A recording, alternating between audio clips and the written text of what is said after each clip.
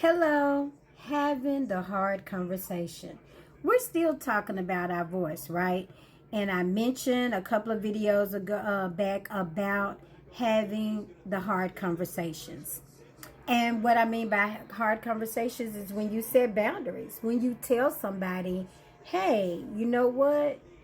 I don't like it when you do this. I don't like it when you do that, or whatever. I always save those kind of conversations for people who are really friends. Because the other people who are just your acquaintances, they don't care. And it's also good because you'll learn real quick. I said before in the last video, you will find out who really likes you, who's really there for you, and how they feel about you by the way you set boundaries. I mean, even family members will kind of get upset or just like be ready to punish you because you don't do something that they want you to do. That's how you know when somebody is not for you. When you cannot be your authentic self, when you can't make a decision and every decision you make, it makes them mad and they thought you were going to do this and I wanted you to do that and all of that, that means that that person really doesn't care about you. They just want you to make them happy. In any relationship, there has to be reciprocity. There has to be room for both people to exist and to be happy. And once again, like we said in the last video, you have to agree. Sometimes you have to say, well, I'm not going to do that this time, or I can't do that this time, or I don't want to do that. You have to be able to tell people that you're just not ready to do it, and they have to be okay with it. When they're not okay with it, that's a great indication, and they don't respect you. Wait a minute, let me back up. Let me slow down. They don't have to be okay with everything, but at least respect my decision and say, oh, well, I'm sorry you can't do it this time, or, oh, I hate it, I'm going to miss you, or, oh, I wish you would do this, but I get it. You don't like this, you don't like that. That's where the compromise comes in. That's where the reciprocity. That simple actions and the way that people treat you is how you start to lose your voice to begin with. Once again, we only surrender our voice when we feel like we're not understood or not heard, or when the potential is there for us not to be liked.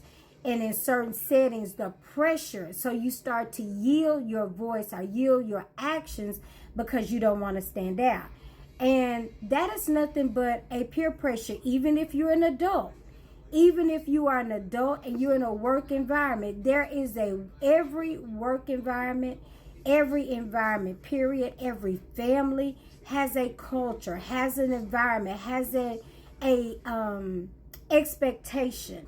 And whatever that expectation is, when you find yourself feeling like you've got to compromise all of you or too much of you or so much of you, you don't look like yourself to fit in, that's an unhealthy environment. Once again, victoriously outspoken. And your voice is not just audible. Your voice is actions. Your voice is where you show up. Your voice is what you tolerate, what you speak to, what you don't say. A lot of times people say silence is golden. But silence is a two-edged sword. I tell people that all the time. It is a double-edged sword. Silence is golden and silence is deadly. Think about it. How many times have you heard that a closed mouth doesn't get fed?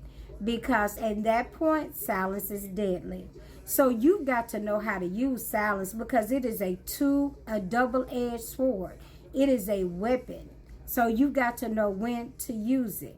And when people make you feel like you cannot say how you feel, or that your opinion doesn't matter, or that your opinion is stupid, or that what you want to do is stupid or unpleasant, when you start feeling any of that, and those people make you feel that consistently, that's when you know that those people really do not have your best interests at heart. And that's a disheartening thing, but it is crucial for you to know. Because once people show you who they are, you cannot unknow it. And you treat them accordingly. Now, like I said, the hard conversation, every relationship doesn't deserve a hard conversation. There are some people that by your voice, You use your actions. You just stop being there. You just stop picking up their calls. You just stop, kind of move and remove yourself. I had a really good friend. Boy, I mean, this person was so, I mean, they on one hand, they could be so much fun. And in the next minute, they could be so toxic. They knew how to push buttons. Oh my gosh, she could push buttons.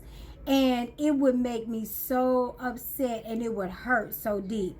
And then turn right around and do something so great and so fun. Now, the intention would be good, although the impact would not always hit like she wanted it to. But the intention would be there. And because it was such great intention, I would be like, oh, okay, well, you know. And I overlooked things for so long. And finally, when I had enough, and we'd had several conversations. We had, because remember, I told you, for the most part, I've always had a voice. And when I didn't use my voice, that was by choice, although the choice was stupid. But I would use my voice with her, and I would speak up and say, hey, you did A, B, C, and D, whatever. It never failed. That person was very good at playing the victim. So when I had really had enough, I didn't have another conversation because I knew how that would end. Remember, energy is never lost. It's just transferred. So because I knew that energy would be transferred to me, I just didn't have a conversation. The calls got few and far between. I never reached out. And when they would reach out, I started backing up. I answered less. I answered less and less and less. If they called and I was going to answer, it would take 2 to 3 days. And by that time, I knew that I would have that person off their game, and they were like, well, hey, how you doing? And I would be so pleasant. Hey, I'm good. How are you?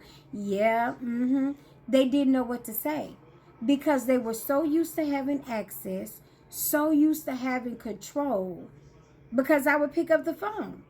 See, when I told you that your voice is not just audible, your voice is your action and the way you react to people. There are some people that you should not give a reaction to. They should wonder. They should be afraid. They shouldn't even feel comfortable calling you. If they can reach you and they know how you will respond, then that means that they know they got a handle on you. I'm going to help you. If you have past relationships and people in your past and they know that they can pick up, reach out and touch, and you're going to answer, that relationship is not over. They still have dibs. They know what to say. They know how to get you to answer. They know how to get you to respond. That's an open door. And as long as you have open doors and they still have your voice and they still can get to you, they still have influence. And when a person has influence over you that you no longer, that's your ex, think about it. It's your ex and you want to cut it off for a reason, but they still have access. If they got access, they got your voice. Because if I got your ear, whatever goes in, you go entertain. It's your thoughts, whatever you think, it's going to come out your mouth. It's your voice. Did you feel me? Did you hear me? So you got to cut off. And that's how I was able to move away from that friend. After a while, there were some times where things would happen. I'd be like, ooh, I would love, and I never would call. I just had to find somebody else to share it with. Sometimes I share it with myself and start laughing.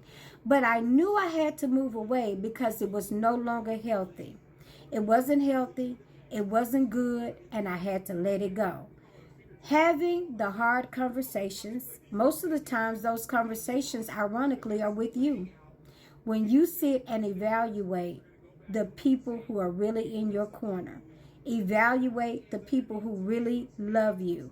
So that, and when I say love you, I don't mean like family and people, yeah, they love me. Still, that doesn't mean that they have to have access to you 24/7. Yeah, some of the real hard conversations are going to come with you. Remember, we're still being victoriously outspoken. Bye-bye.